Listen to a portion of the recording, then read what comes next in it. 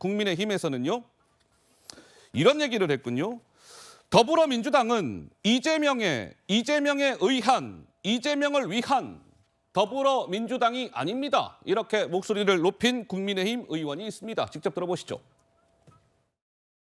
경악할 것은 이재명 대표의 내로남불입니다. 언론 보도에 따르면 이재명 대표가 윤 의원에게 탈당해야 한다고 설득했다는 것입니다. 당이 침몰하든 말든 자신에 대한 수사를 정치 탄압이라 규정하고 민주당 의원들에게 방탄 대우를 주문했던 그가 전당대회 돈봉투 살포는 철저히 남의 일이라고 본 모양입니다. 민주당은 이재명을 위한 민주당이 아닙니다. 윤관석, 이성만 의원에게 했듯이 이재명 대표에게도 동일한 잣대를 대십시오. 자, 김병민 최고는 전형적인 꼬리 자르기이자 국민 기만 정치 쇼를 벌이고 있습니다. 시간 지나면 개선 장군처럼 돌아올 수 있음을 이미 민형배라는 의원을 통해서 우리가 목도하지 않았습니까? 이들에게 탈당은 무거운 형벌처럼 느껴지지도 않았을 것입니다. 구자웅 차장님, 윤관석, 이성만 의원이 어제 자진 탈당을 했는데 왜 무언가 이 포커스가 더불어민주당 이재명 대표에게 맞춰지고 있는 것 같습니다. 왜 그런 겁니까? 네, 윤관석 의원이나 이성만 의원의 경우에는 돈 봉투를 전달했다라는 이정근발 녹취록에 등장할 뿐입니다. 예. 아직 검찰이 소환조차 하지 않았고요.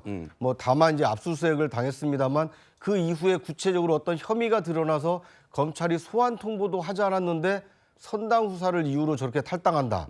만약에 윤관석, 이성만 의원처럼 탈당을 해야 한다라면 예. 검찰이 3차례 소환 조사를 했고 예. 선거법 위반으로 이미 기소가 돼 있고 어허. 대장동 사건으로 기소가 돼서 재판을 받고 있는 이재명 대표는 탈당을 해도 100번, 1000번은 해야 되는 거 아닙니까? 그러다 보니까 윤관석, 이성만 두 의원의 탈당이 진정성이 없게 느껴진다 이렇게 보여지고요. 예. 2명의 그 의원이 민주당을 탈당했습니다만 앞으로 돈봉투 탈당은 계속해서 이어질 것입니다. 왜냐? 윤관석 의원의 녹취록에 등장하는 국회의원이 지금 3명 있지 않습니까? 예. 인천 지역 둘과 누구누구 그래서 3개를 뺏겼다. 그런 녹취가 있지 않습니까? 허허. 검찰이 곧 그 3명을 특정해서 만약 소환 조사를 한다면 그 3사람도 그럴 것입니다. 선당 후사를 위해서 민주당을 잠시 떠나겠다. 아마 저는 이번 그 윤관석, 이성만 의원의 탈당은 민주당 탈당 러시의 시작일 뿐이고 앞으로 최소 10명에서 많게는 20명까지 민주당을 떠나는 일이 벌어지지 않을까 이렇게 예상이 됩니다. 자, 전평론가님, 그러면 그 차이점이 뭡니까?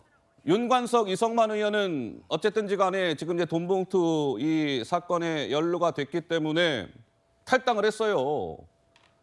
근데 이제 구자웅 차장 말씀대로 이재명 대표는 검찰에도 여러 차례 지금 소환이 된 바 있고 소환이 뭐 예정돼 있는 것도 있고 지금 기소가 돼서 재판이 진행 중인 것도 있는데 이재명 대표는 탈당했습니까? 탈당 안 했어요. 대표직 그대로 유지하고 있습니다. 윤관석, 이성만과 이재명의 차이는 뭡니까? 그런데 만약에요, 이재명 대표에 관련된 사람들에 대한 수백 번의 압수수색이 있었고 결정적인 게 나왔다면 당장 민주당 내에서부터 당대표 물러나야 된다고 난리가 날 겁니다. 그런데 결정적인 그런 것이 없다 보니 예. 지금 오히려 이재명 대표에 대한 검찰 수사가 무리한 것 아니냐 이런 여론도 일부분 조성된 것으로 보이고요. 두 번째로 여야의 상황이 서로 맞물리면서 영향을 미친 부분도 있다라고 봅니다. 이게 참 좋지 않은 현상이긴 한데 여야 모두 지금 어떤 리스크를 겪고 있는데요. 여당의 경우에는 최고위원 리스크가 발생을 하고 있어요. 그렇다 보니 유권자들이 야당에 대해서도 일부분 비판적이지만 여당은 도대체 뭐 하고 있냐, 저런 말할 자격이 있냐 이런 기류도 분명히 영향을 미치고 있다라고 보는데요. 예. 지금 여당의 최고위원 중에 태영호 최고위원은 보면 거의 대통령실의 공천 개입 논란까지 부른 발언뿐만 아니라 여러 가지 문제를 일으켰는데 지금 탈당을 안 하고 있고 네. 윤리위에 대한 징계 절차도 사실상 어제 제대로 됐다라고 볼 수가 있습니다. 저희가 뭐 그렇기 대최고 때문에. 얘기는 잠시 뭐 네네. 나중에 또 할 거니까요. 네. 예. 그렇기 때문에 어떻게 보면 민주당 모두 국민당 모두 국민들로부터 비판을 받고 있는데 양당의 지지율이 뭐 폭락했다 이렇게 보기는 어려운 어떤 서로의 리스크가 영향을 미치는 부분도 있는데요. 제가 보기엔 국민들로서는 좀 안쓰럽고 좀 씁쓸한 부분이기도 합니다. 근데 실제로 어제 더불어민주당 의원총회가 있었는데 뭐 이재명 대표의 성토장이 됐다 이런 말씀 드렸잖아요. 근데 의원총회장에서 민주당 의원들 가운데 이런 실제로 공개적인 목소리를 낸 의원들이 있다는 거예요. 아니 기소된 의원의 출당 원칙과 기준이 뭐냐. 누구는 뭐가 의혹이 연루가 되면 저렇게 탈당해야 되고 누구는 지금 기소가 돼서 재판을 받고 있는데도 탈당도 안 하고 뭐 직도 유지하고 있고 기준과 원칙이 뭐냐?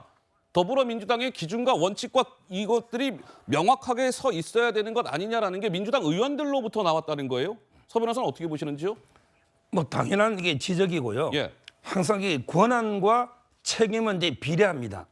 이 말은 이제 권한이 클수록 책임도 이게 더 커지는 거고요. 위에 지도부가 더 솔선수범해야 됩니다. 지금 이게 이재명 대표는 대표 아닙니까? 윤관석, 이성만은 그냥 일개 의원이고요. 그렇다면 이게 저는 더 권한도 높고 그리고 이게 더 혐의도 범죄 혐의도 훨씬 크지 않습니까? 예. 지금 이제 윤관석이나 이성만 의원보다 이게 이재명 대표 수사의 증거가 더 적습니까? 제가 보기에 모든 척건이 다 구속됐어요. 정진상, 김용, 이화영, 김인섭 씨까지 아하. 이재명 대표 빼고 이게 모든 오른팔 왼팔 척건들이 전원이 구속이 됐습니다. 예. 얼마나 이게 책임이 큽니까? 근데 본인 책임은 전혀 지지 않고 저는 이제 그 밑에 의원들만 이렇게 꼬리 자르게 하는 거 이거는 이제 정말 문제가 있고 그래서 의원총회에서 지도부 대응이 잘못된 거다. 예. 형평이 안 맞다. 원칙이 무너졌다. 이런 게 그 이재명 대표에 대한 성토가 쏟아진 겁니다.